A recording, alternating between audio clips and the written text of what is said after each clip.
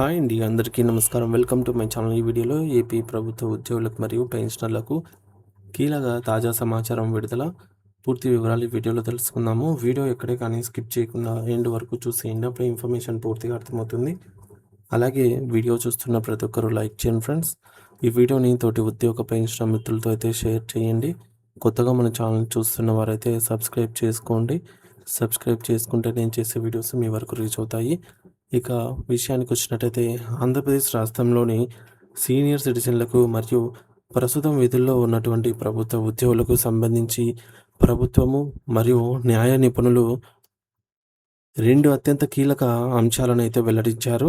మొదటిది పెన్షనర్లు తమ ఆర్థిక భద్రత కోసం తీసుకోవాల్సిన జాగ్రత్తలు అయితే, రెండవది ఉద్యోగుల సర్వీస్ రికార్డుల డిజిటలైజేషన్ ప్రక్రియకు సంబంధించింది. ఈ రెండు అంశాలు కూడా మీ భవిష్యత్తుకు, మీ కుటుంబ రక్షణకు అత్యంత ప్రాధాన్యత కలిగినవి.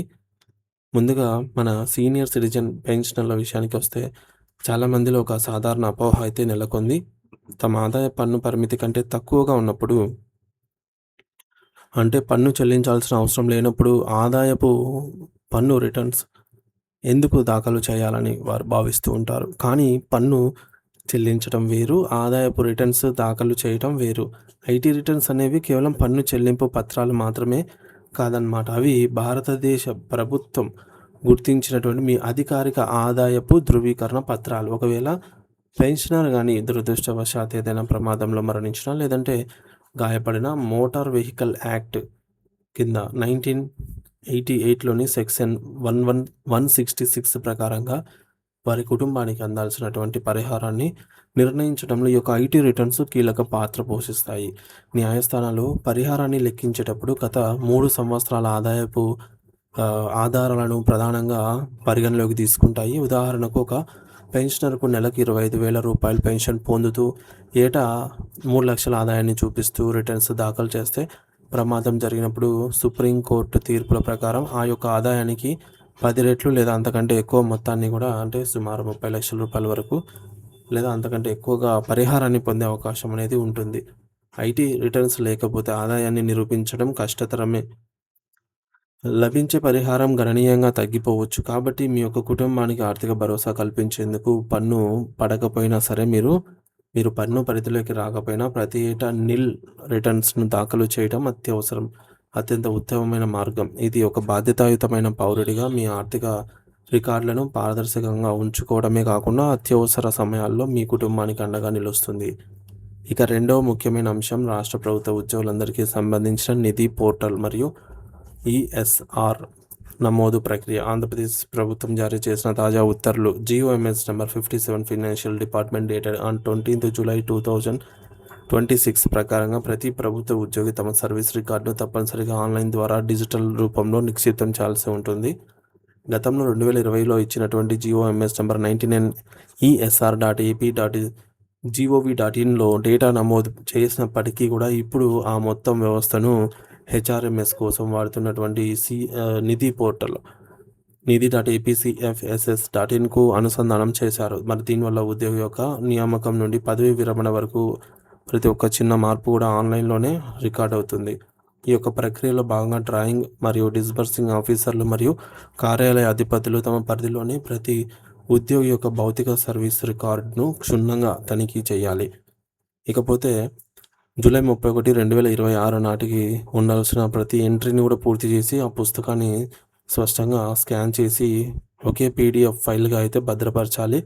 ఒకవేళ ఒక ఉద్యోగికి 2-3 సర్వీస్ బుక్కులు ఉంటే వాటన్నిటిని వరుస క్రమంలో స్కాన్ చేసి ఒకే ఫైల్ లాగా మార్చాలి. ఈ యొక్క స్కాన్ చేసిన కాపీని పేజీ నంబర్లనే ఆధారంగా ఆన్లైన్ డేటా నమోదు చేసేటప్పుడు రెఫరెన్స్గా PDFలో ఏదైతే నెంబర్స్ ఉంటాయో వాటిని మాత్రమే రెఫరెన్స్గా నెంబర్స్ని వాడాలి. ఇకపోతే ఈ ESR నమోదులో ప్రధానంగా 20 రకాల అంశాలను ప్రభుత్వం పొందుపరిచింది. అది ఉద్యోగి నియామకం, అపాయింట్మెంట్, అలాగే రెగ్యులరైజేషన్, ప్రొబేషన్, వేతన మార్పులు, వాడుకున్న సెలవులు, బదిలీలు, పదోన్నతులు, డిప్యుటేషన్స్, శిక్షలు మరియు సస్పెన్షన్స్ వంటి ప్రతి ఒక్క విషయాన్ని ఖచ్చితంగా నమోదు చేయాలి. ఈ ప్రక్రియ అనేది August 1 నుంచి ప్రారంభమై ఆగస్టు ఎండింగ్ లోపు 31 లోపు పూర్తి కావాల్సి ఉంటుంది. సెప్టెంబర్ 1 నుంచి ఈ వ్యవస్థ పూర్తిగా అమల్లోకి అయితే వస్తుంది. ఇకపోతే అంటే ఆ తర్వాత జరిగే ప్రతి మార్పు ఉదాహరణకు యాన్యువల్ ఇంక్రిమెంట్ ఇవన్నీ కూడా ఆటోమేటిక్‌గా ఈఎస్ఆర్‌లోనే నమోదైపోతుంది. మళ్ళీ మాన్యువల్‌గా రాయాల్సిన అవసరం అయితే ఇక ఉండదు. అయితే ఉద్యోగి యొక్క వ్యక్తిగత వివరాలనేటువంటి పార్ట్ 1 పర్సనల్ డీటెయిల్స్‌ను మాత్రం ఉద్యోగి స్వయంగా తమ నిధి లాగిన్ ద్వారా అప్డేట్ చేయాల్సి ఉంటుంది. కుటుంబ సభ్యుల వివరాలు మరియు నామినేషన్ వివరాలను ఉద్యోగి పంపిన తర్వాత సంబంధిత డీడీఓ గారు వాటిని అప్రూవల్ చేయవలసి ఉంటుంది. ఈ డిజిటలైజేషన్ ప్రక్రియ వల్ల భవిష్యత్తులో పదవీ విరమణ ప్రయోజనాలు పొందడం అత్యంత సులభతరం అవుతుంది మరియు ఎటువంటి జాప్యం లేకుండా మీ యొక్క పెన్షన్ పేపర్లు సిద్ధమవుతాయి. కావున ప్రతి ఒక్క ఉద్యోగి మరియు అధికారి ఈ యొక్క ప్రక్రియను ఒక బాధ్యతాయుతంగా తీసుకొని నిర్ణీత గడువులుగా పూర్తి చేయాలని చెప్పేసి ప్రభుత్వం కోరుతోంది. సో ఫ్రెండ్స్, ముఖ్యంగా చూసుకున్నట్లయితే పెన్షనర్ల భద్రత ఆదాయం తక్కువగా ఉన్నా సరే ఐటీఆర్ అనేది దాఖలు చేయడము వల్ల ప్రమాద పరిహారం పొందే సమయంలో బలమైన సాక్ష్యంగా ఉపయోగపడుతుంది. న్యాయపరమైన రక్షణ మోటార్ వెహికల్ యాక్ట్ ప్రకారంగా గరిష్ట పరిహారం పొందేందుకు ఐటీఆర్ అనేది ప్రధాన ప్రాతిపదికగా అయితే మారతాయి.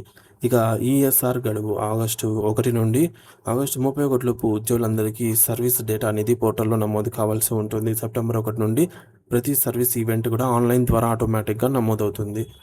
మౌలిక నమోదులు జరుగుతాయి అన్నమాట.